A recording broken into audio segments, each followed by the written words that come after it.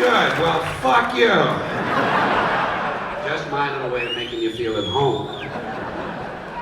This first thing I want to do is about us. This is about you and me. Little things we all know about our bodies, you know? Because everybody's body is different, but everybody's body is really quite the same. So there are a lot of little things about our bodies that we all know, but we never talk about. That's what's interesting to me. We never mention these things. They're practically universal experiences. Nobody talks about them.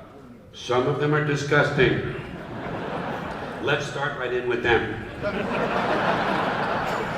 Do you ever get lip crud? Sure, you have good winters here. You ever get that lip crud, that crud on your lip, kind of a sticky film, kind of a gooey coating, kind of a cruddy, crusty, flaky, gummy shit kind of thing? Starts in the corner of your mouth, works its way on down your lip, and if it's really bad, the corners of your mouth look like parentheses. Do you ever have that?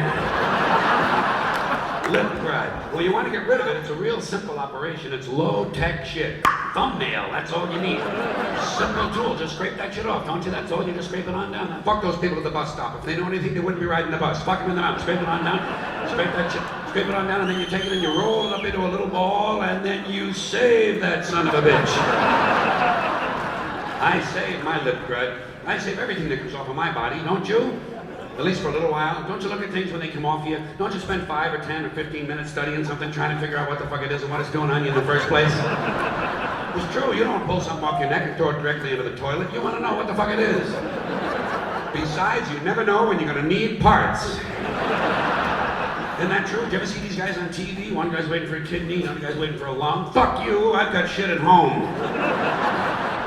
I've got a freezer full of viable organs. I have 2 of everything ready to go. What do you need? A spleen, an esophagus? How about a nice used ball bag, huh? Come on. Good condition, 1 owner. He only scratched it on Sundays. Come on, take a chance. I've got everything you need. It's true. You want to know what something is when it comes off of you. You don't spend 15 minutes peeling something off your forehead just to toss it out the window, sight unseen, into the neighbor's swimming pool. No, you take a good long fucking look at it, don't you? Holy shit, look at this thing. God damn. Holy jumping fucking Jesus, look at this goddamn thing. Honey, come here, look at this. Honey, hey, fuck the rice-a-roni. Get in here, goddammit. Look at this son of a bitch. This thing was part of my head a minute ago. Not anymore. I've pried the bastard off with paint thinner and a Phillips head screwdriver. But look at it. Look at the colors in it. It's green, blue, yellow, orange, brown, tan, khaki, beige, bronze, olive, neutral black, off black, champagne gold, Navajo white, turquoise, and Band-Aid color. Plus, it's shaped like the smaller of the 2 islands that make up New Zealand. I'm not throwing this bastard away. It might become a collectible. Call the Franklin Mint. Tell them I have a new idea for a plate. It's just natural curiosity. We all have it. Everybody has it. You know, you're curious about yourself. You're curious about your body. So you're curious about little parts that come off of you. Toenail clippings are a good example. Toenail clippings, and I'll even set the scene for you. You're sitting at home one night on the bed, and something really shitty comes on TV, like a regularly scheduled network program. You say, well, I'm not watching Beaver Blows the Milkman. I'm gonna clip my fucking toenails. So you start to clip your toenails, and every time you clip one of them, the clipping part flies far away. You ever notice that? These things fly all over the bed. And when you're finished clipping, you have to gather them all back into a little pile, don't you? Yeah, you can't leave them on the bed. They make little holes in your legs. You don't need that shit. What you want to do is gather these things into a pile, and you ever notice this? The bigger the pile gets, the more pride you have in the pile. Look at this shit, honey. The biggest pile of toenail clippings we've had in this house since the day the Big Bopper died. Call the U.S. Postal Service. Tell them we have a new idea for a stamp. And then you look for the largest toenail clipping of all, the biggest one you can find, and you bend it for a while, don't you? Don't you play with it? Don't you play with it? Yes. You have to. Why? Because you can. Because it's still lively and viable. There's moisture in it. It just came off of your body. It's almost alive. Do you ever try to save your toenail clippings overnight? Do you ever put them in the ashtray and try to save them till the morning? You can't bend them in the morning. They're too dry. Fuck them. Throw them away. Who needs unbendable toenails? Not me. Bullshit. Fuck you up. Yours get laid. Eat shit. Drop dead. Jack me off. Suck this. I don't need parts that badly. I'm not that sick. I'm not that sick. No, sir. Not that sick. Little things that come off of you, and your curiosity about them, especially if it's something you can't see while it's still on you. You know what I mean? You ever been picking your ass? You know, just idly standing on the lawn, picking your ass. Then you come across an object.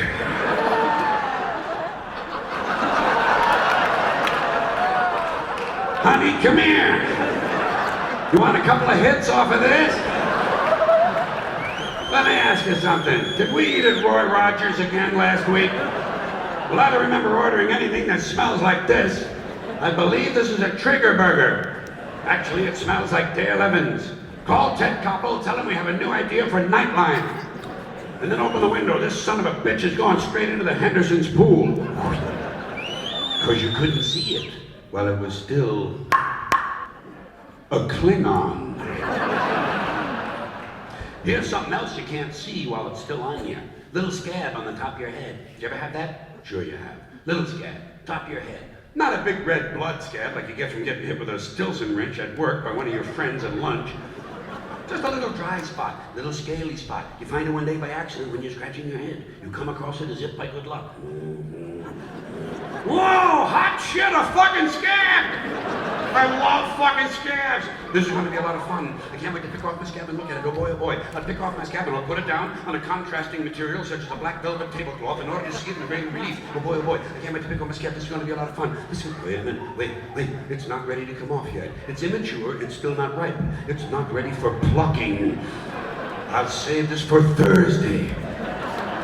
Thursday will be a good day. I only have a half a day of work on Thursday. I'll come home early. I'll masturbate in the kitchen. And then I'll watch the Montel Williams show. And then I'll pick off my scab. Oh boy, I can't wait to pick off my scab. This is going to be a lot of fun. So you wait, and you wait, and you wait, and you wait, and you wait. And you try not to knock it off by accident with a little plastic comb you bought in the vending machine at the motel with the two skanky-looking chicks who gave you the clap that night. And now Thursday arrives and it's harvest time. It's harvest time on the old Scalperoo. You come home early, you masturbate, but you do it in your sister's bedroom just to get a little extra thrill, you know what I mean? And then you watch the Montel Williams show. Fair show, women who take it up the ass for 50 cents. Not the best show he's ever done, but you know something? Not bad either. And now it's time to go get this motherfucker, but you want to go carefully. You want to go carefully. You want to pick this thing off evenly around the perimeter so that it lifts off all in one piece. You don't want it to break into pieces. Who needs a fragmented scab? Who needs a fragmented scab? Not me, bullshit. Fuck you up. Yours get lady shit, drop dead, jack me off, suck this. I don't need parts that badly. I'm not that sick. What you really want, what you really want, what you really want, what you really need is a complete whole scab you can put down, study, look at, make notes on, and perhaps write a series of penetrating articles for Scab Aficionado magazine. Who knows, you might rise to the top of the scab world in a big hurry. It's a small community, they need people at the top. I sense I've gone too far.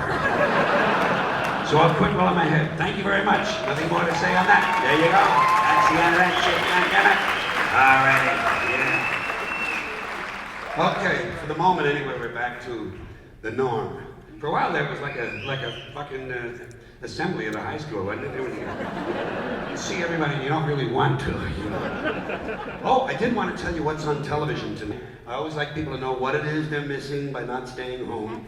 First of all, on the Playboy channel, they have one of those new reality shows where the people at home send in their own tapes. It's called Home Videos of Bad Fucking.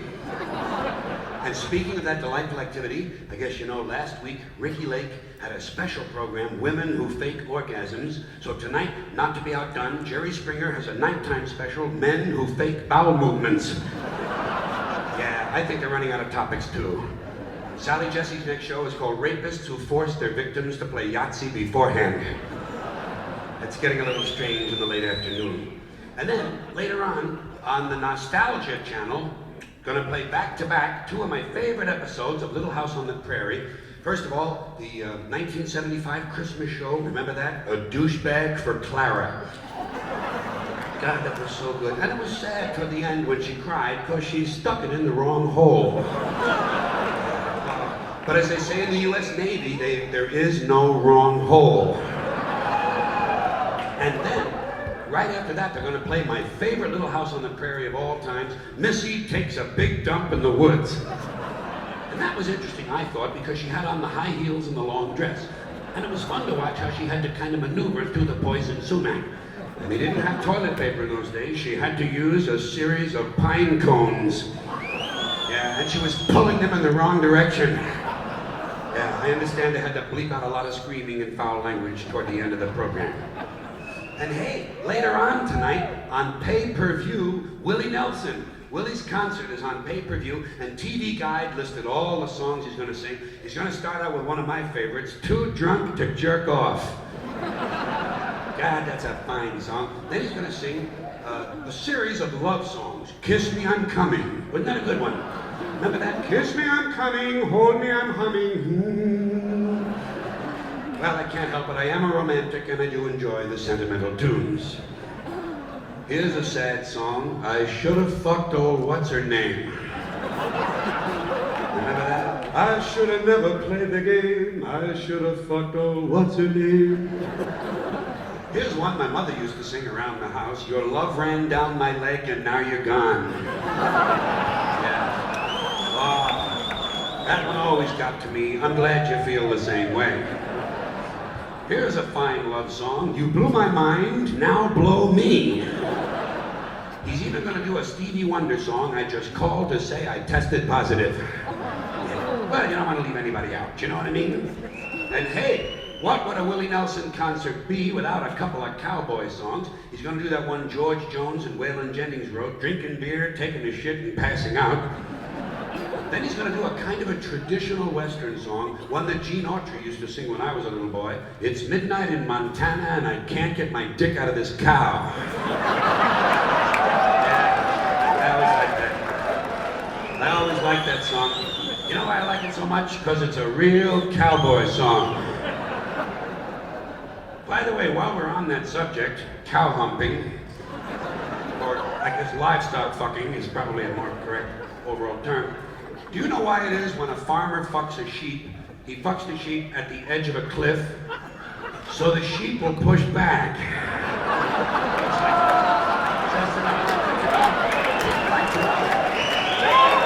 That's why I'm here. That's it. That's why I'm here. I'm here to help. Now I notice I haven't complained about anything yet. That's a little out of character for me. So there ought to be a few complaints. There are just a few things that are pissing me off, you know? Just pissing me off. Listen, because I don't have pet peeves. I have major psychotic fucking hatreds. And I'll tell you something, it makes the world a lot easier to sort out. First on my list tonight, airport security. Getting tired of this shit, too much of it. Getting tired of this, getting tired of some guy with a double-digit IQ and a triple-digit income rooting around inside of my bag for no reason and never finding anything. Haven't found anything yet in anybody's bag. Haven't found one bomb in one bag. And don't tell me, well, the terrorists know their bags are going to be searched, so now they're leaving their bombs at home. There are no bombs. There never were any bombs. The whole thing is fucking pointless. And it's completely without logic. There's no logic to it. They'll take away a gun, but let you keep a knife. Well, what the fuck is that? In fact, there's a whole list of lethal objects they will allow you to take on board. Theoretically, you could take a knife, an ice pick, a hatchet, a straight razor, a pair of scissors, a chainsaw, 6 knitting needles, and a broken whiskey bottle, and the only thing they're going to say to you is that bag has to fit all the way under the seat in front of you. And if you didn't take a weapon on board, relax. After you've been flying for about an hour, they're going to bring you a knife and fork. They actually give you a fucking knife. It's only a table knife, but you could kill a pilot with a table knife. Might take you a couple of minutes, you know. Especially if he's hefty, huh? Yeah. But you could get the job done if you really cared enough. Shit, there's a lot of things you could use to kill a guy with. You could probably beat a guy to death with the Sunday New York Times, couldn't you? Or suppose you just had really big hands. Couldn't you strangle a flight attendant? You could probably strangle 2 of them, one with each hand. You know, if you were lucky enough to catch him in that little kitchen area. But you could get the job done if you really cared enough. So why is it they allow a man with big, strong hands to get on board an airplane? I'll tell you why. They know he's not a security risk because he's already answered the 3 big questions. Question number 1, did you pack your bags yourself? No, Carrot Top packed my bags. He and Florence Henderson and Martha Stewart came over to the house last night, fixed me a lovely lobster Newburg, gave me a full body massage with sacred oils from India, performed a 4-way around the world, and then they packed my bags. Next question. Have your bags been in your possession the whole time? No. Usually the night before I travel, just as the moon is rising, I place my suitcases out on the street corner and leave them there unattended for several hours. Just for good luck. Next question. Has any unknown person asked you to take anything on board? Well, what exactly is an unknown person? Surely everyone is known to someone. In fact, just this morning, Kareem and Yusuf Ali Ben Gaba seem to know each other quite well. They kept joking about which one of my suitcases was the heaviest. And that's another thing they don't like at the airport. Jokes. You know? Yeah, you can't joke about a bomb. Well, why is it just jokes? What about a riddle? Huh? How about a limerick? How about a bomb anecdote? You know, no punchline, just a really cute story. Or suppose you intended the remark not as a joke, but as an ironic musing. Are they prepared to make that distinction? I think not. And besides, who's to say what's funny? As far as I'm concerned, airport security, the whole thing, it's a waste of money, it's a waste of time, it's a stupid idea, and it's only there for one reason, to make white people feel safe. That's all it is. It's the illusion of safety to placate the middle class. Because the authorities know they can't make airplanes safe. Too many people have access to them. You notice the drug smugglers don't seem to have a lot of trouble getting their little packages on board, do they? No, and God bless them too. And by the way, an airplane flight shouldn't be completely safe. You need a little danger in your life. Take a fucking chance, will ya? What are you gonna do? Play with your pricks for another 30 years? What are you gonna read People magazine and eat at Wendy's till the end of time? Take a fucking chance. Besides, even if they made all the airplanes completely safe, the terrorists would simply start bombing other places that are crowded. Porn shops, crack houses, titty bars, and gangbangs. You know, entertainment venues. The odds of you being killed by a terrorist are practically zero. So I say relax and enjoy the show.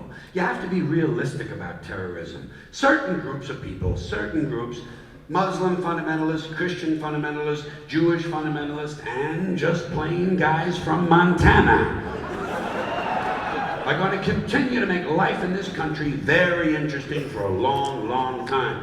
That's the reality. Angry men in combat fatigues talking to God on a two-way radio and muttering incoherent slogans about freedom are eventually going to provide us with a great deal of entertainment. Especially after your stupid fucking economy collapses all around you and the terrorists come out of the woodwork. You'll have chemical and biological suitcase bombs in every city. And I say enjoy it, relax, enjoy the show, take a fucking chance, put a little fun in your life. To me, terrorism is exciting. I think the whole idea, the very idea that you can set off a bomb in a marketplace and kill several hundred people is exciting and stimulating, and I see it as a form of entertainment. I also know that most Americans are soft and frightened and unimaginative, and they don't know there's such a thing as dangerous fun. And they certainly don't recognize a good show when they see one. I have always been willing to put myself at great personal risk for the sake of entertainment. And I've always been willing to put you at great personal risk for the same reason. As far as I'm concerned, all of this security shit, no matter where it is, airports and otherwise, security, all the questions, the screenings, the searches, it's just one more way of reducing your liberties and reminding you that they can fuck with you anytime they want to, as long as you put up with it. As long as you put up with it, which means, of course, anytime they want. Because that's what Americans are these days. They're people who are always willing to trade away a little bit of their freedom in exchange for the feeling, the illusion of security. What we have now is a completely neurotic population obsessed with security and safety and crime and drugs and cleanliness and hygiene and germs. There's another thing, germs. Where did this sudden fear of germs come from in this country? Have you noticed this? The media constantly running stories about all the latest infections, salmonella, E. coli, hantavirus, bird flu, and Americans panic easily, so now everyone is running around scrubbing this and spraying that and overcooking their food and repeatedly washing their hands, trying to avoid all contact with germs. It's ridiculous, and it goes to ridiculous lengths. In prisons, before they give you a lethal injection, they swab your arm with alcohol. It's true. Well, they don't want you to get an infection. And you can see their point. Wouldn't want some guy to go to hell and be sick. Would take a lot of the fun out of the whole operation. Fear of germs, why these fucking pussies. You can't even get a decent hamburger anymore. They cook the shit out of everything now because people are afraid of food poisoning. Hey, where's your sense of adventure? Take a fucking chance. You know how many people die from food poisoning every year in this country? 9,000. That's all. It's a minor risk. That's all. 9. Take a fucking chance, bunch of goddamn pussies. Besides, what do you think you have an immune system for? It's for killing germs. But it needs practice. It needs germs to practice on. It's true. So if you kill all the germs around and live a completely sterile life, then when germs do come along, you're not going to be prepared. And never mind ordinary germs, what are you going to do when some super virus comes along that turns your vital organs into liquid shit? I'll tell you what you're going to do. You're going to get sick, you're going to die, and you're going to deserve it because you're fucking weak and you got a fucking weak immune system.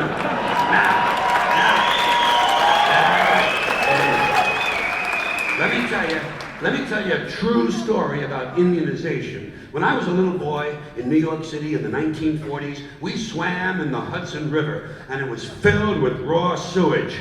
We swam in raw sewage, you know, to cool off. And at that time, the big fear was polio. Every summer, thousands of kids died from polio. But you know something? In my neighborhood, no one ever got polio. No one, ever. You know why? Because we swam in raw sewage. It strengthened our immune systems. The polio never had a chance. We were tempered in raw shit. So personally, I never take any special precautions against germs. I don't shy away from people who sneeze and cough. I don't cover the toilet seat. I don't wipe off the telephone. And if I drop food on the floor, I pick it up and eat it. I pick it up and eat it. Even if I'm at a sidewalk cafe in Calcutta. The poor section. On New Year's morning during a soccer riot. And you know something? In spite of all of this so-called risky behavior, I never get infections. I don't get them. I don't get colds, I don't get flu, I don't get food poisoning, and I don't get headaches or upset stomachs. You know why? Because I got a good, strong immune system and it gets a lot of practice. My immune system is equipped with the biological equivalent of fully automatic military assault rifles with night vision and laser scopes. And we have recently acquired phosphorus grenades and cluster bombs. So when my white blood cells are on patrol, reconnoitering my bloodstream, seeking out strangers and other undesirables, if they see any suspicious-looking germs of any kind, they don't fuck around. They whip out the weapons, they wax the motherfucker, and deposit the unlucky fellow directly into my colon. Directly into my colon. There's no nonsense. There's no Miranda warning. There's none of that 3 strikes and you're out shit. First offense, bam, into the colon you go. And speaking of my colon, I want you to know I don't automatically wash my hands every time I go to the bathroom, okay? Can you deal with that? Sometimes I do, sometimes I don't. You know when I wash my hands? When I shit on them. That's the only time. And you know how often that happens? Tops, 2-3 times a week, tops. Maybe a little more frequently over the holidays, you know what I mean?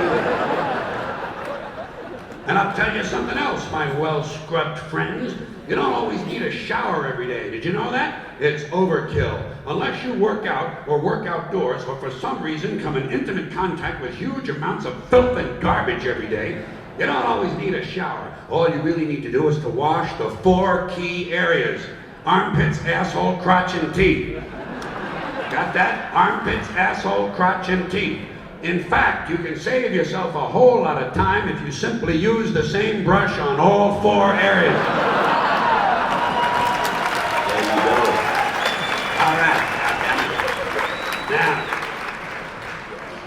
I'm gonna change direction a little bit here, shift gears. This is about food advertising, okay? In particular, the language they use when advertising food. You know the words, fresh, natural, hearty, old-fashioned, homemade goodness in a can. Those are the names they use. So let's take a look at some. Old-fashioned. Well, when they say old-fashioned, they want you to think about the old days, don't they? Yeah, the old days, before we had sanitation laws. Before hygiene became popular. Back when E. coli was still considered a condiment. Old-fashioned. Then you have homemade. Homemade. See that on the packages in the supermarket, don't you? Homemade flavor. Folks, I don't think I have to tell you it is functionally impossible for a food processing plant to produce anything homemade. And I don't care if the CEO is living in the basement and cooking on a hot plate. It's not gonna happen. You wanna know something homemade? Crystal meth. Crack cocaine. A pipe bomb full of nails sticking out of a policeman's ass. Homemade. Need further information? Check with Timothy McVeigh and Terry Nichols. Old Tim and Terry will show you how to cook up a little something at home for the folks downtown. Homemade. See it in the restaurants too. Homemade soup. Folks, once again, I don't care how much the emaciated amphetamine waitress smoking the 3 Marlboros reminds you of your mother, the soup is not homemade. Unless the chef is actually sleeping on the grill. And if that's the case, I want to examine this motherfucker. I'm gonna check this guy for lesions, carbuncles, impetigo, pink eye, smallpox, and head lice. And speaking of lice, the advertising people who write this stuff sometimes realize that homemade sounds way too full of shit. So they switch to home style. Did you hear that? Home style flavor. Well, whose home are we talking about? Jeffrey Dahmer's? Believe me, folks, there's nothing home style about the boiled head of a Cambodian teenager. Even if you sprinkle parsley on the hair. And serve it with oven roasted potatoes in a small mixed green salad with a ranch dressing and a slice of pickle. Style is a bullshit word. Anytime they add the word style to any other word, someone is pulling your prick. New York style deli. Know why they call it that? Because it's not located in New York. It's probably in bumfuck Egypt. And the owner's from Rwanda, and the food tastes like something the Hutus feed to the Tutsis. Style. Family style restaurant means at every table there's an argument going on. And the eldest male is punching the women in the face. You know, family style. Here's another word the advertising sluts have completely wiped their asses with. Gourmet. You know, everything is gourmet now. Gourmet dining in a cup, gourmet cuisine in a can. Folks, try not to be too fucking stupid, would you please? There's no such thing as gourmet coffee, gourmet rolls, or gourmet pizza. When they say gourmet, they mean one thing. We're going to charge you more. Same with the word cuisine. The difference between food and cuisine is $60. They're stealing from you. Want to know some gourmet cuisine? Toasted snail penises. Candied fillet of panda assholes. Deep dish duck dick. Gourmet. Then you have hearty. Hearty, here's a bullshit word. Soups are hearty. Breakfast is hearty. Hey, next time you see the word hearty, take a look at the rest of the label. 600 grams of saturated fat. Hearty, as in heart attack. Same thing with lemony and buttery and chocolatey. Anytime they add a Y to the name of a food, once again, someone is yanking your schwanz. Real chocolatey goodness. Translation, no fucking chocolate. And watch out for that word flavored. Lemon flavored drink. Good luck locating a goddamn lemon in there. There's even a pet food that calls itself a chicken flavored treat. Well, a dog doesn't know what chicken tastes like. He might like it if you give him some. He's not going to say, oh, good, I was hoping we'd have chicken again. One grows tired of beef. And zesty and tangy are not real words that normal people use in conversation. Anyone ever turn to you and say, you know something? This is really zesty. And it's tangy too. And I say, hey, zesty, I got something tangy for you. One more of these bullshit food words. natural. And this is directed to all you health food nitwits and environmental jack-offs out there. Okay? You people out there wasting your time. Yeah. Wasting your time sorting cans and bottles. Big fucking help that's gonna be. But anyway, that's another fucking evening. I did that in 1992. I don't have to get into that again.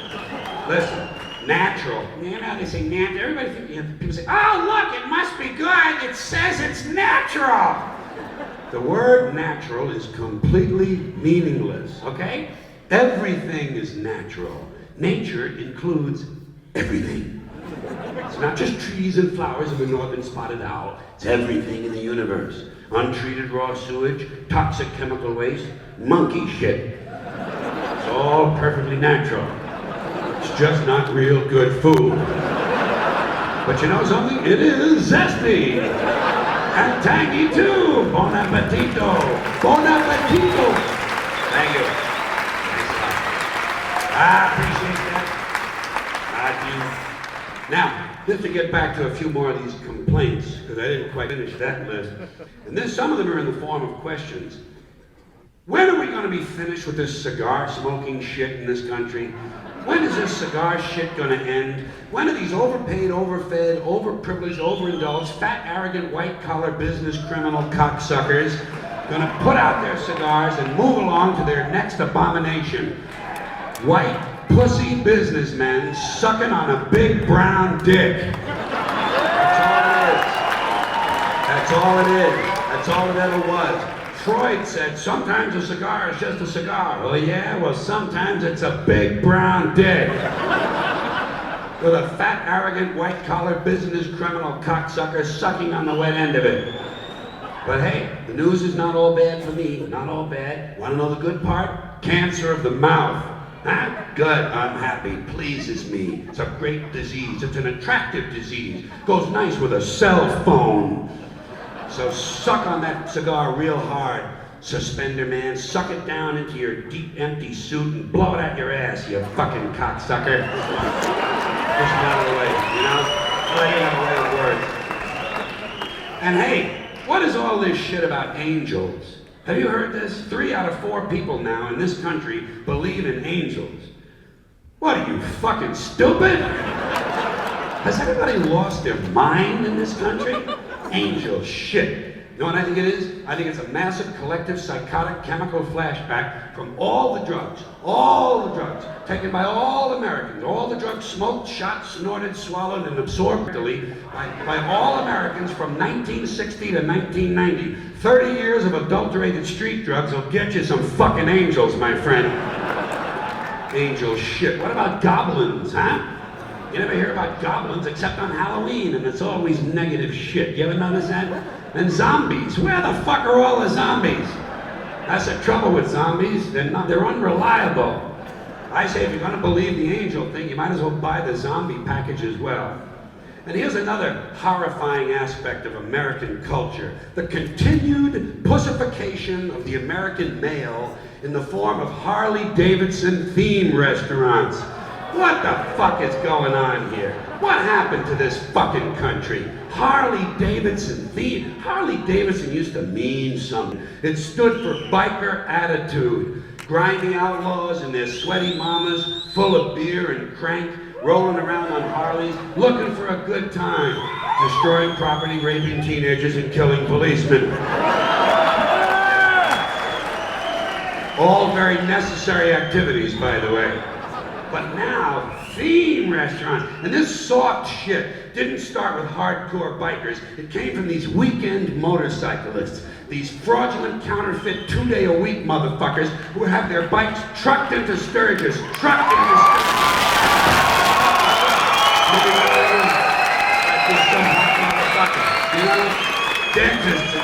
Dentists and bureaucrats and accountants and pussy boy software designers climbing up on a Harley because they think it makes them cool. Well, hey, skeezicks, you ain't cool, you're fucking chilly.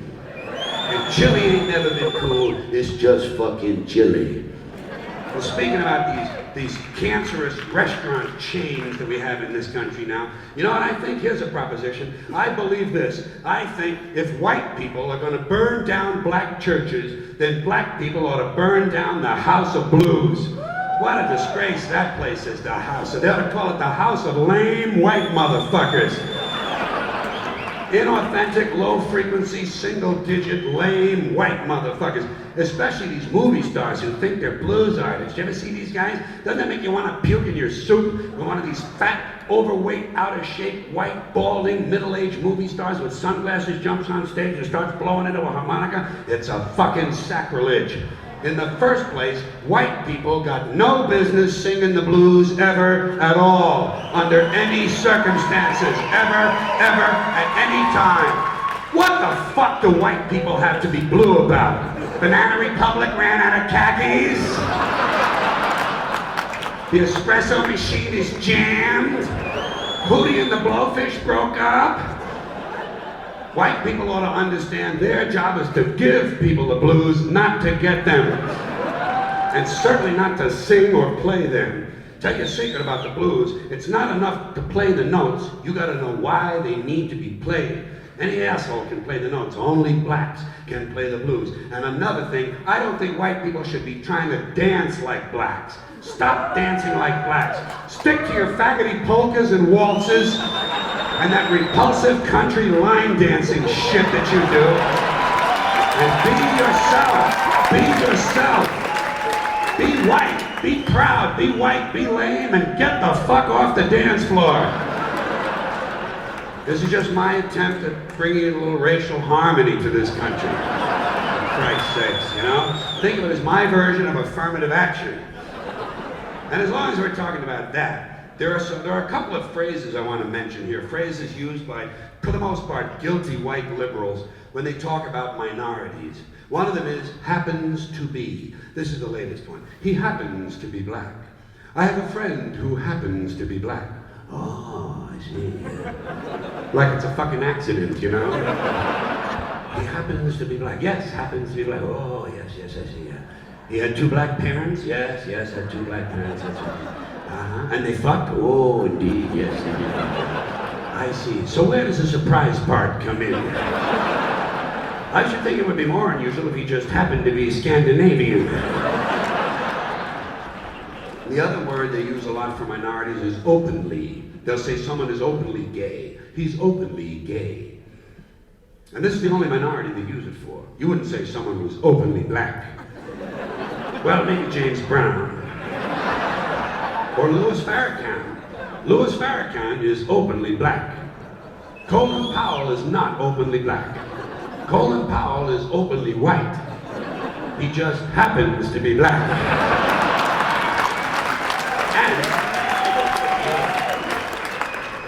And while we're at it, when did the word urban become synonymous with the word black? Did I fall asleep for 8 or 9 years? Urban styles, urban music, urban trends. I was not consulted on this, by the way. Didn't get an email, didn't get a postcard, didn't get a fax, nothing. That's fine. And I don't think white women should be calling each other girlfriend, okay? Stop pretending to be black. And no matter what color you are, you go girl should probably go. Along with, you the man. Hey, you the man. Oh yeah, well you the fucking honky. Now, I got a few of these that I haven't quite memorized all the way, so it gives me a little feeling of security to have these papers in my hand, but I don't have to look at the papers too much. This first thing is about a new idea I have for a festival, big outdoor festival. Maybe you can have one out here. These are those summer festivals. This one is called Slugfest, okay? Slugfest, and this is for men only. All right, here's what you do. You get about 100,000 of these fucking men, you know? You know I mean, these macho motherfuckers. These strutting, preening, posturing, sweaty, hairy, alpha male jack-offs. The muscle assholes. You get about 100,000 of these disgusting pricks, and you throw them in a big dirt arena, big 25-acre dirt arena, and you just let them beat the shit out of each other for 24 hours non-stop. No food, no water, just whiskey and PCP. And you just let them beat and punch and kick the shit out of each other until only one guy's left standing. Then you take that guy out and you shoot him in the fucking head. Then you put the whole thing on TV. That would sell. Budweiser would go for that shit in a minute. And guys would line up. Guys would volunteer for that. Absolutely. Just offer them a small appliance. That's all you ever have to do. Men will do anything for something that plugs in the wall and makes a whirring sound. They have absolutely no principles at all. That's why they're so lovable. Here's another male cliche. Male cliche. These guys who cut the sleeves off of their t-shirts so the rest of us can have an even more compelling experience of smelling their armpits. I say, hey Bruno, shut it down, would you? You smell like an anchovy's cunt, all right? Think about it. Not for sharing, Bruno. Really, this is the same kind of guy who has that barbed wire tattoo on his arm. You ever see that shit? Goes all the way around the bicep. Yeah, this is just what I need. Some guy who hasn't been laid since the bicentennial wants me to think he's a bad motherfucker because he's got a picture, a painting of some barbed wire on his arm. I say, hey, come around when you have the real thing on there. I'll squeeze that shit on good and tight for you, okay? Give you a nice close fit. No kidding. This is the same kind of guy that if you beat him in the face 6 or 7 times with a huge hunk of concrete and then slammed him on the head with a steel rod for about an hour and a half, he'd drop like a fucking rock. Like a fucking rock. Here's another guy thing that sucks. These t-shirts that say, lead, follow, or get out of the way. You ever see that? This is more of that moronic Marine Corps shit. Obsolete male impulses from 100,000 years ago. Lead, follow, or get out of the way. You know what I do when I see those shirts? I obstruct. I stand right in the guy's path, force him to walk around me. When he gets a little past me, I spin him around, kick him in the nuts, rip off the t-shirt, wipe my ass with it, and shove it down his fucking throat. That's what you gotta do. Hey, that's all these Marines are looking for, a good time. They just want to party. And speaking of so-called tough guys, I'm getting tired of hearing that after 6 policemen are arrested for shoving a floor lamp up some black guy's ass and ripping his intestines out, the police department announces they're going to have sensitivity training. I say, hey, if you need special training to be told not to jam a large cumbersome object up someone else's asshole, maybe you're too fucked up to be on the police force in the first place. Maybe. Maybe not, but maybe you are. You know what they ought to do? They ought to have 2 new requirements for being on the police force. Intelligence and decency. Hey, you never know. You never know. It might work. Certainly hasn't been tried yet. And, well, I just don't think that any person should have anything placed inside his asshole that is larger than a fist and less loving than a dildo, okay? Just a general rule to live by. Now, this is about Clinton, okay? Our president, who I call Clinton. C-L-I-T-T-I-N, apostrophe. Seems a more fitting name, fitting for Clinton. William Jefferson Clinton. Now, Clinton, see, I don't do topical humor, so I avoid this kind of shit like the plague. But after 8 or 9 months of this Clinton-Lewinsky shit, you gotta say something, you know what I mean? Now, Clinton's big thing was JFK. That's his, what they call, role model. You want to be like JFK. JFK was just great as far as he was concerned. Well, JFK's administration was called Camelot. Although it really should have been called Come-A-Lot. Don't you think that would have been a more suitable name for King? See, that's what he did. He came a lot. Clinton ought to take that name. He's looking for a historical legacy or something, isn't he? Yeah. Well, maybe come a little would be better for Clinton. Because he didn't really come a lot. He came a little. Little on the dress, little on the desk, little on the rug. You know what I mean? Yeah. He was no match for Kennedy in the pussy department, I'll tell you that. I mean, Kennedy aimed high. Marilyn Monroe. Clinton took it out and showed it to a government clerk. There's a drop-off here. Now, one last thing from the papers, and this is about a television commercial that you all sort of remember, I'm pretty sure. It ran a long time for General Electric, and the idea of it was to show us how many different ways General Electric affects our lives. Well, my feeling is these large corporations are not quite nearly so benign as they'd like us to believe. So I wrote a version of the GE commercial myself, sent it to them. Guess what? They sent it right the fuck back. I call it, we bring highly questionable things to life. This is the hand that pulled the switch on the electric chair that killed the man who shot the children in the school, that was heated by energy produced in plants that pollute the air by burning the coal, that was mined by men whose lungs are black like the faces of people denied their rights by criminal men who run the firms that lay off the workers, that lose their homes to the savings and loans, that pay off the senators, who fondle the women, who get beaten at home by the men who drink whiskey and build the machines that make the bombs that fall on the children and kill their pets. We bring good things to life. General Electric. Yeah.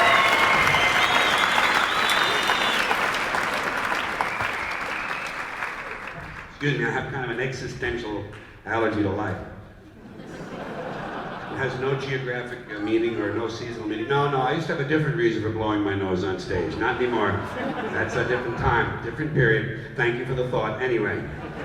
But I did find, you do find out after a while that the whole purpose of buying cocaine is to run out of it. You take a couple of lines of cocaine, you feel like a new man.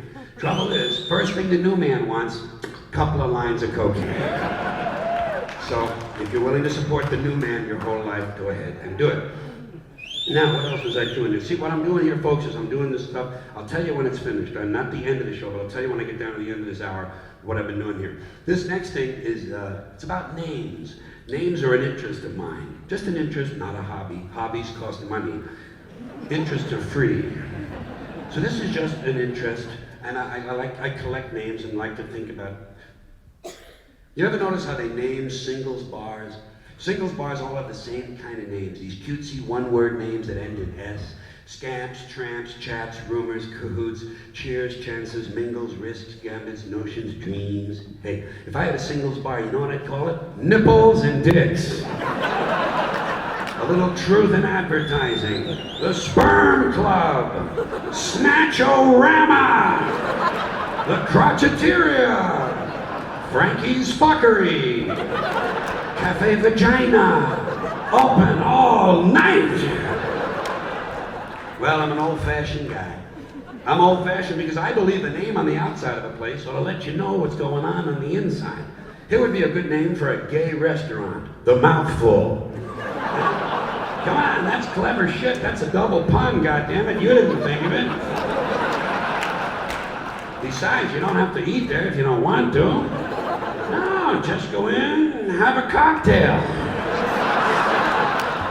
Or a highball. Here's another name I don't care for. TGI Fridays. You know these cutesy-ass places? TGI Fridays. That whole TGIF thing was cute for about an hour. About an hour, and that was 65 years ago when someone first said it on the radio. Not cute anymore. Time to start bombing these locations. TGI Fridays. If I had a place like that, you know what I'd call it? HSIOW. Holy shit, it's only Wednesday. I think people would drink a lot more liquor if they thought it was Wednesday all the time. Well, I'm just looking for a little honesty in these names. That's not asking a lot. And I'm thinking of opening up a motel and calling it the Sleep and Fuck. Wouldn't that be a good honest name for a motel? For a change? Who needs this Shady Pines bullshit? The Sleep and Fuck Motel. Give me one of them big neon signs. Sleep, fuck. Sleep, fuck. Sleep and fuck. Sleep and fuck. Sleep, fuck. Actually, fuck and sleep would be a little more accurate, wouldn't it? Best name for a motel would be the fucking smoke and sleep and roll over and get out of bed and wash your crotch and go out and buy 2 cans of Mr. Pibb and come back and fuck a whole lot more. Because that's all I ever had left in those soda machines on Sunday night. Mr. Pibb and Diet Shasta Orange. And that yellow can of Canada Dry tonic water that nobody wants. And speaking of naming things, am I the only person in this country who's laughing when these commercials come on television for Snapper lawnmowers? Isn't there anyone else in this fading republic who knows what a snapper is? A snapper is a pussy, okay? That's what it means. Snapper means pussy. It's derived from an older, more specific term, snapping pussy. which describes a particular type of pussy, one with good, quick muscular control, kind of an elasticity in the vaginal wall that can grab a hold of you and give you a decent, you know what I'm talking about? A snapping pussy. But now, snapper means any kind of pussy, and they've named a lawnmower company after this. Now, I have seen a few snappers in my day, never seen one that'll cut grass. Maybe do a little edging along the driveway after a party, that's all you can hope for. But you know, weed whacker you can understand. Now what's that other product? I can't believe it's not butter. Well, they got a new one coming out. It's called I Sure Hope the Fuck This Ain't Lard. There's also a new instant soup on the market. It's called Make It Yourself, you lazy prick. Names interest me. I'm thinking of moving to Nevada where prostitution is legal and opening a bed and breakfast called the Cock and Muffin. Would you go there? You'd come there, I'll guarantee you that. You know, there are some large organizations, really large organizations, whose names I think are completely mixed up. The Department of Water and Power. Well, water and power don't go together. You get fucking electrocuted. The Food and Drug Administration. Well, with most drugs, you don't want any food. Except marijuana, and they shouldn't be bothering people with marijuana in the first place. Then you have that really interesting organization, the Bureau of Alcohol, Tobacco, and Firearms. Do we even have to talk about that one? Bad combination. Here's what they ought to do. You call the police, the Department of Power and Firearms. Then you have the Food and Water Administration. That's what you need to survive. Food and water, put them together. That leaves you with the Bureau of Alcohol, Tobacco, and Drugs. Keep all the good shit in one place. Yes, thank you. Now, I want to talk about people's names for a moment or two, because people's names are interesting in that a lot of times they carry with them a certain emotional baggage, kind of comes with the name. For instance, think of the names of the founders of the great religions. Those founders' names still today ring with an air of mystery. Christ, Moses, Buddha, Muhammad. But the Mormons, Joseph Smith, not very impressive. Come on, we're going to Utah. Who said so? Joe Smith. Well, I gotta go take a shit. Drop me a postcard and let me know how you like it out there. Well, I was raised Catholic and I'm still waiting for a new pope to choose the name Corky. Wouldn't that be fun? His Holiness Pope Corky the Ninth. I think you'd have to skip right to 9 to give him a little credibility, don't you? Somehow to me, Pope Corky the First doesn't command a great deal of authority. Names reveal a lot. You'll know this country is in deep trouble if we ever wind up with a president named Booker. Sometimes names affect history. I honestly believe there never would have been a Second World War if Hitler's first name was Floyd. Can you imagine him saying, I'm going to kill 20 million people, remember the name Floyd Hitler? Well, they would have beat the shit out of him in Munich in 1931. Right in the downtown area. And no one would have been afraid of Jack the Ripper if his name was Wally. Who's that? Who's on the loose? Wally the Ripper! What a fucking goof! Wally the Ripper! Same thing with Billy the Kid. Suppose his name was Billy the Schmuck. People would have been a lot less tense. Who's that riding in town? Well, that's Billy the Schmuck. Wow. Well, fuck him. And I know I never would have gone hunting with Buffalo Shecky. Doesn't sound safe. Suppose there had been a great composer in the 18th century, but better than all the rest. Better than Bach, better than Beethoven, better than Mozart, but his name was Johann the Cuntlapper. Do you think they would play his music on the radio today? And now the New York Philharmonic presents the Easter Mass in C-sharp minor by Johann the Cuntlapper. Considered Johann's finest work, it had a profound influence on another obscure composer of that era, Heinrich the Mulefucker. Well, some people have dirty names. They can't help it, they have a dirty name. You must know this. There's actually a NASCAR race driver whose name is Dick Trickle. That's his name, isn't it? Dick Trickle. Well, how do you go through life like that?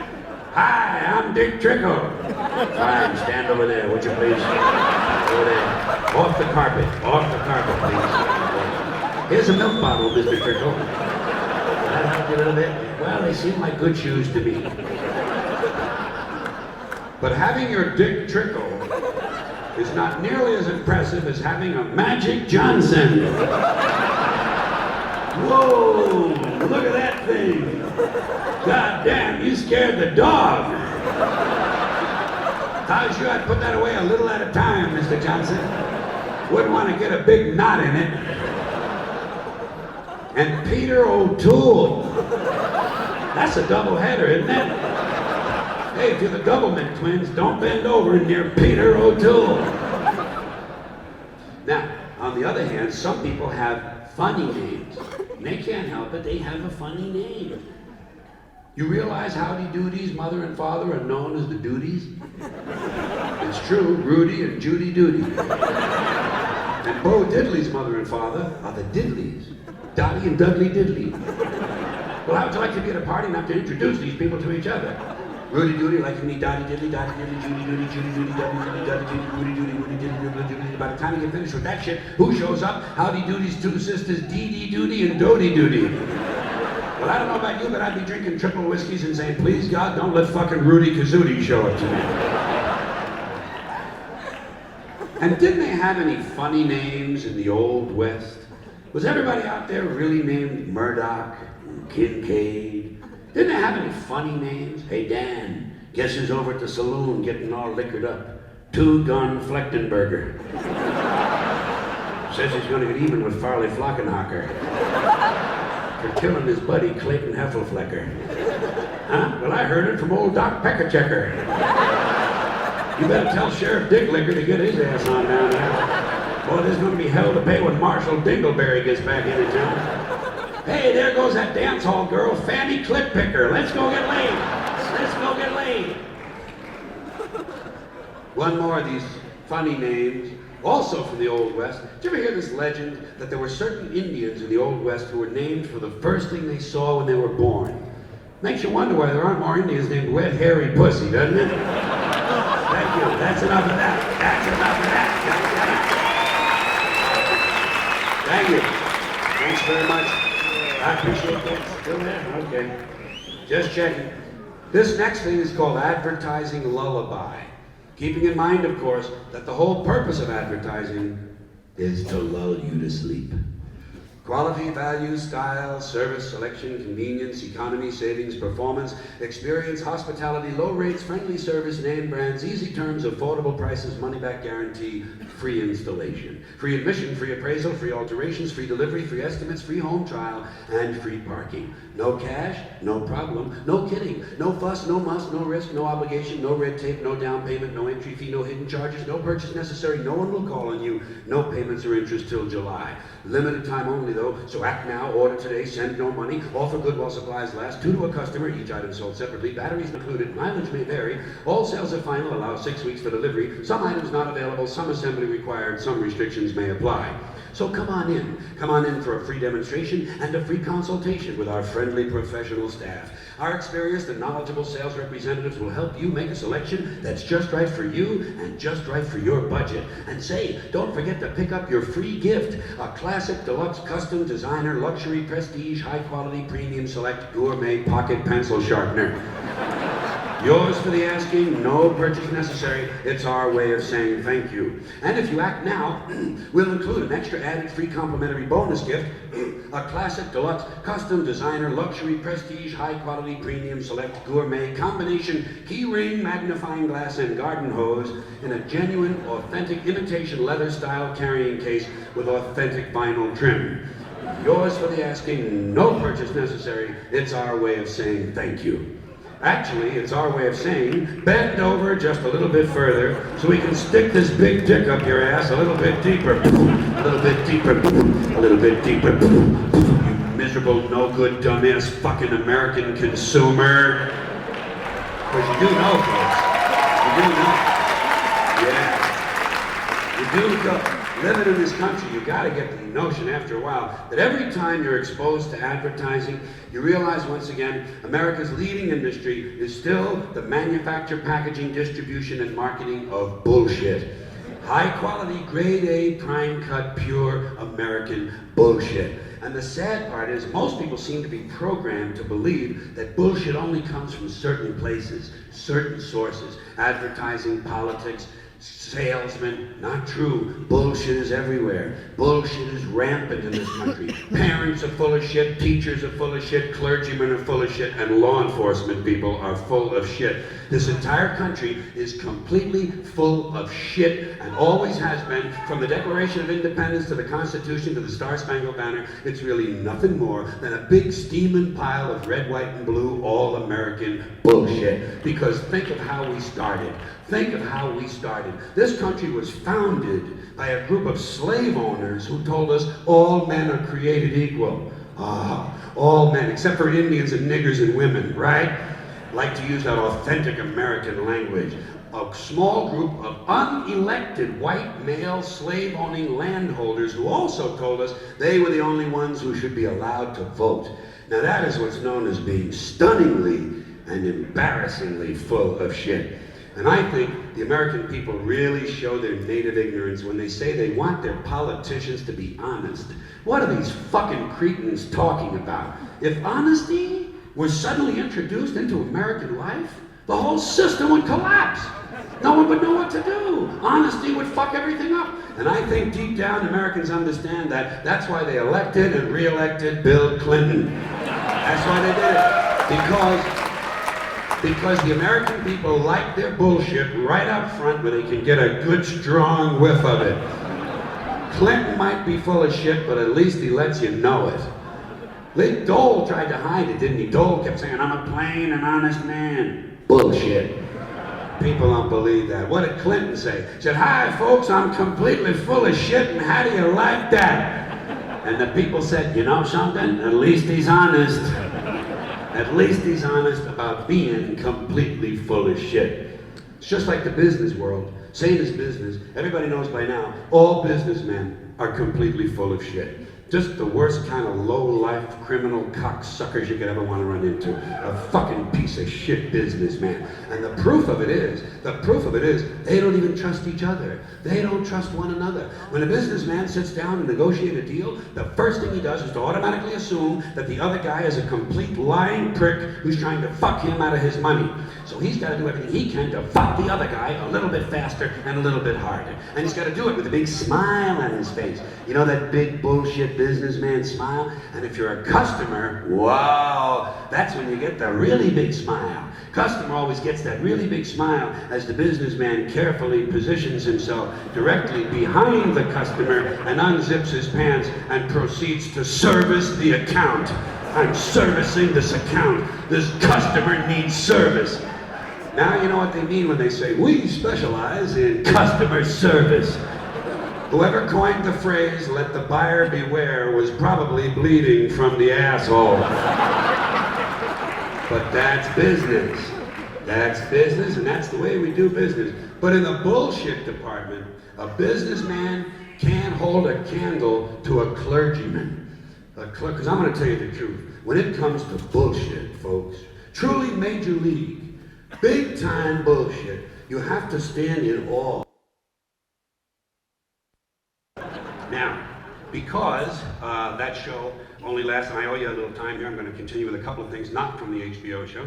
I'm going to do, this is, well, I have to tell you first that I only speak one language. This is kind of a qualifier, or a, whatever they call it there when they do it in the baseball broadcast. You know, not a qualifier. What's the word? Disclaimer. Thank you very much. And $1.50 to that woman over there. Yeah, this is a disclaimer, because I only speak one language. I didn't stick around school very long, okay? Certainly not long enough to pick up a whole second fucking language.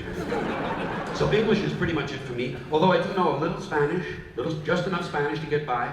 Mis huevos son tus ojos, mi verga tu nariz, mis pelos son tus pestañas. Which means my balls are your eyes, my prick is your nose, and the hair on my balls is your eyebrows. But it's extremely difficult to work into a conversation. at the Venezuelan National Bank.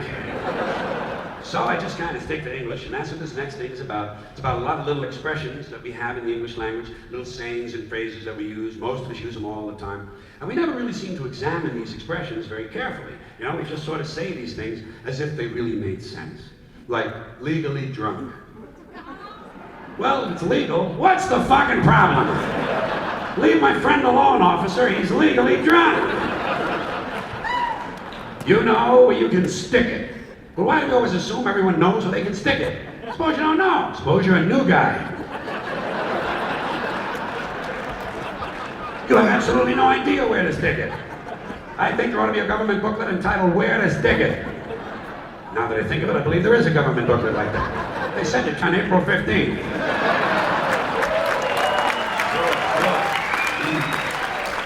Selling like hotcakes. Is this the fastest selling item we could come up with? Fucking hotcakes? Beer, cigarettes, coffee, for Christ's sakes. Even eggs, even eggs. You go to the average place where people are ordering breakfast, you'll find a lot more people are ordering eggs than are ordering hotcakes. But it doesn't sound right, does it? Michael Jackson's new album is selling like eggs. It lacks a certain ring. Undisputed heavyweight champion. Well, if it's undisputed, what's all the fighting about? Undisputed means we all agree. These two guys are beating the shit out of one another over something apparently they agree on. That's the last straw. That would never seem fair to me. I think you ought to warn the guy first. That's the next to the last straw. Let him know he's running out of straws. It's the quiet ones you gotta watch. You know that one, don't you, huh? Yeah, that ought to be the fucking national motto. Every time I'm enjoying a nice story on the TV news about a mass killing or a serial murder, something I personally happen to get a big kick out of, what do? They bring on the neighbor. And the neighbor says, well, he was always very quiet. This sounds to me, and then someone in the room says, it's the quiet ones you gotta watch, which sounds to me like a very dangerous assumption. Very dangerous. I will bet you anything that while you're watching a quiet one, a noisy one will fucking kill you. Lock them up and throw away the key. This is a big one you hear from guys, you know? Because guys are full of shit and they have to talk like that. Makes them feel manly. Lock them up and throw away the key. Women like it when I say that, but men know it's true. Guys will tell you, I say, that's right, I'm full of shit, but I'm not as full of shit as he is. Lock them up and throw away the key. But first of all, oh fuck, I'm losing my place here. First of all, God damn it. Let me just back up a minute, because I work in a linear way, and if I don't get the thing before it, I don't know the thing after it. Okay. That's just the way it is. But I wasn't finished about the guy. I wasn't finished talking about the men. I was trying to make fun of the men a little more. But anyway, lock them up and throw away the key. This is usually heard when the TV news is on, and they show a picture of a rapist. Right away, the guy at home has got to go.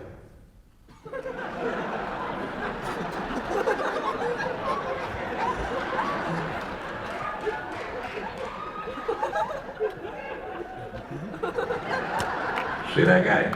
See that guy? They ought to take that guy, lock him up, and throw away the key. They give you this shit with the arms, you know. This is the famous pumping motion from the Far East. This is manly shit. Oh, it's very beautiful.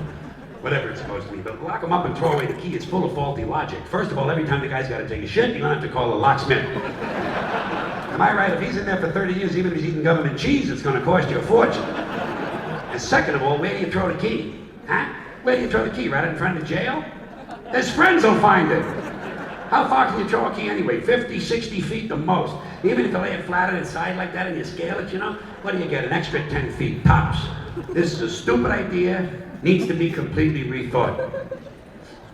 Down the tubes. That's when you hear a lot of people saying, the country is going down the tubes. What tubes? Have you seen any tubes? Where are these tubes? And where do they go? And how come there's more than one tube?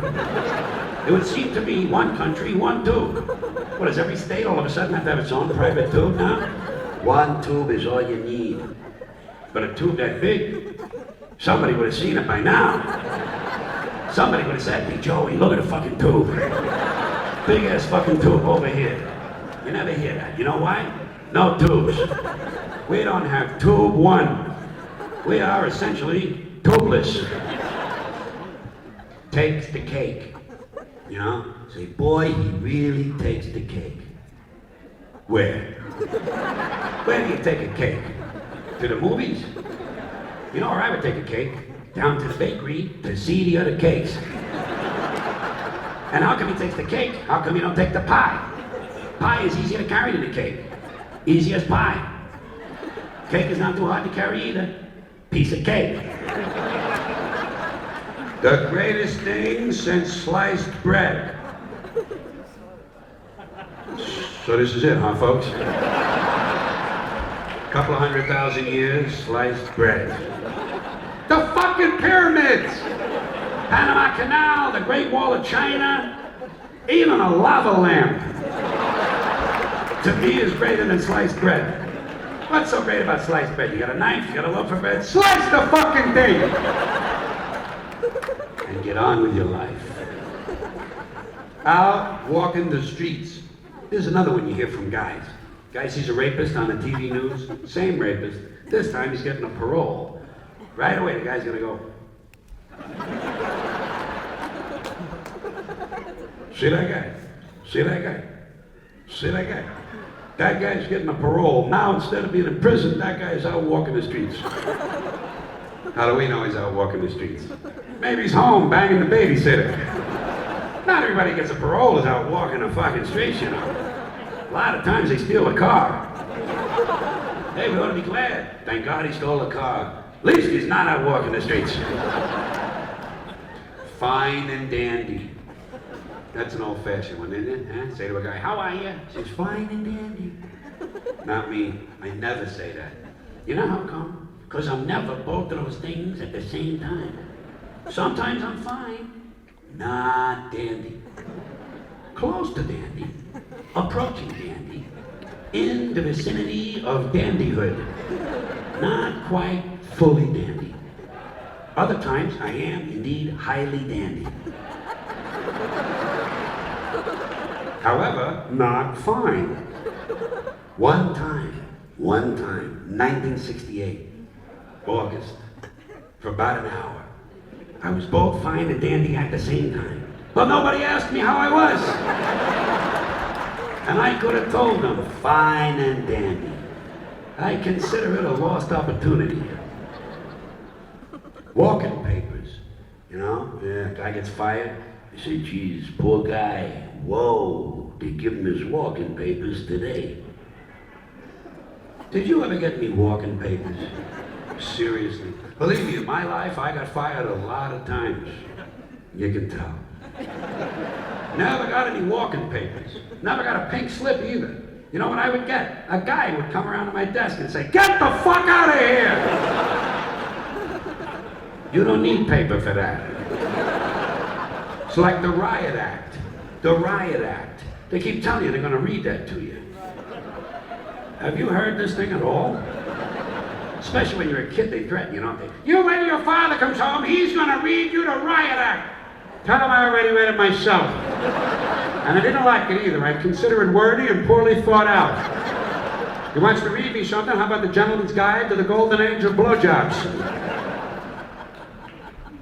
More than happy. I bet you say that sometimes, don't you? Once in a while. Don't you say to somebody, oh, I'd be more than happy to do that. How can you be more than happy? To me, this sounds like a dangerous mental condition. We had to put Big Andy in the Hoo-Hoo Hotel. He was, whoa, more than happy. One more of these. In your own words. People say that to you sometimes. You know, you hear that one a lot in a classroom or in a courtroom. They'll say to you, tell us in your own words. Do you have your own words? Hey, I'm using the ones everybody else has been using. Next time they tell you to say something in your own words, say, Nick Flat Blarney Quando Flu. Thank you very much. I hope I see you again. Thank you.